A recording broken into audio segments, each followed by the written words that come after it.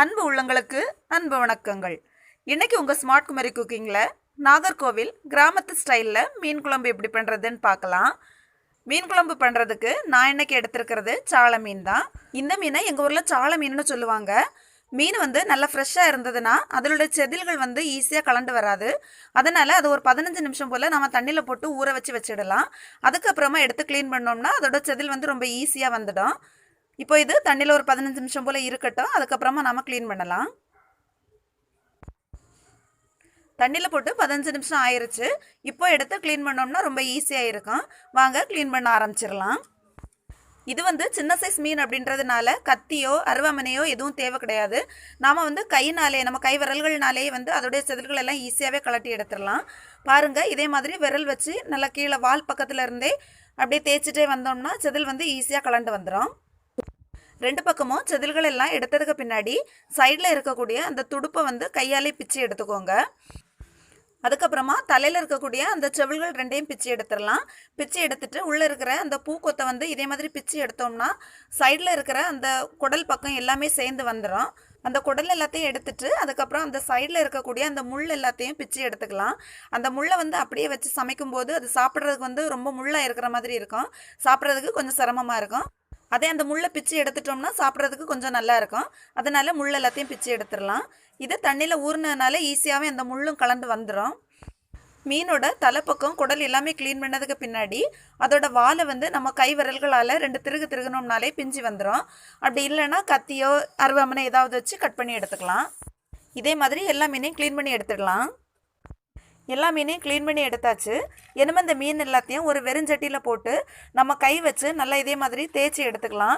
இப்படி தேய்ச்சி எடுக்கும்போது அதில் ஏதாவது செல் இருந்துச்சு அப்படின்னா அது போயிடும். ஏதாவது 1-2 ஒட்டி இருந்ததுன்னா இதே மாதிரி நாம் தேய்ச்சி எடுக்கும்போது அது அந்த சட்டியிலே போய் கலந்து போயிடும்.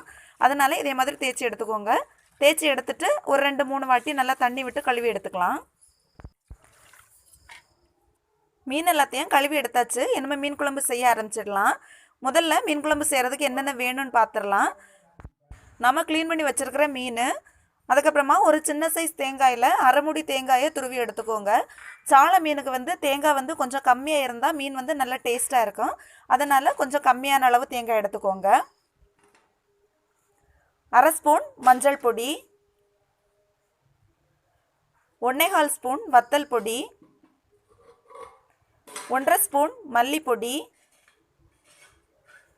ஓமம், வெந்தயம் இது ரெண்டையுமே வறுத்து அதில் ஒரு அரை ஸ்பூன் எடுத்து வச்சுருக்கிறேன். ஒரு 50 கிராம் ஓமம், 50 கிராம் வெந்தயம் இது ரெண்டத்தையும் ஒன்றா சேர்த்து வறுத்து வச்சுக்கிட்டா குழம்பு செய்யும்போது ஒரு அரை ஸ்பூன் எடுத்துக்கலாம். இது சேர்க்கறதுனால குழம்பு நல்ல வாசனையாகவும் இருக்கும், டேஸ்ட்டாகவும் இருக்கும். அதே சமயம் நமக்கு வயிற்று பிரச்சனைகள் எதுவுமே வராமல் இருக்கும். அதனால் இது ரெண்டையும் ஓமம், வெந்தயம் இது ரெண்டையுமே வறுத்து சேர்த்துக்கோங்க. ஒரு 3 பல் பூண்டு எடுத்துக்கலாம். கொஞ்சமாக கறிவேப்பிலை, அப்புறமா உப்பு தேவைக்கு எடுத்துக்கலாம். ஒரு பெரிய எலுமிச்சம்பழம் சைஸுக்கு புளியை கரைச்சி வச்சுக்கலாம். ஒரு 4-5 பச்சை மிளகாவை 2ஆக கீறி எடுத்துக்கலாம். அவ்வளோதான்.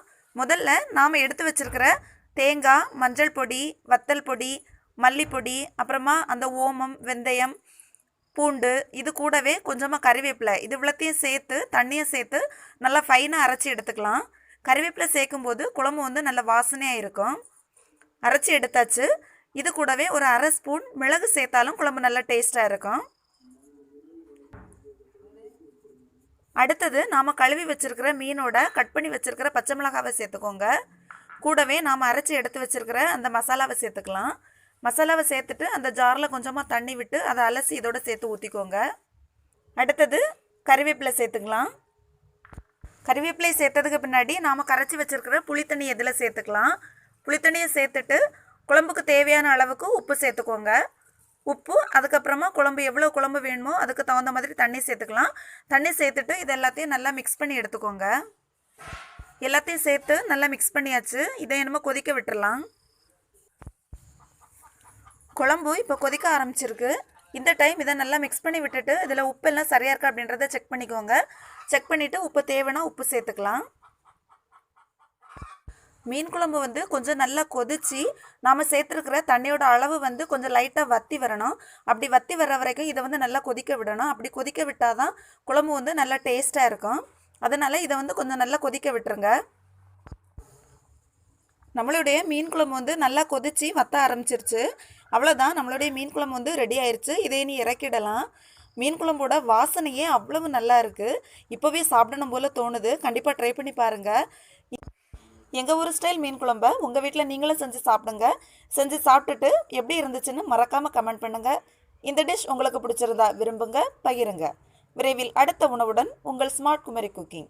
நன்றி, வணக்கம்.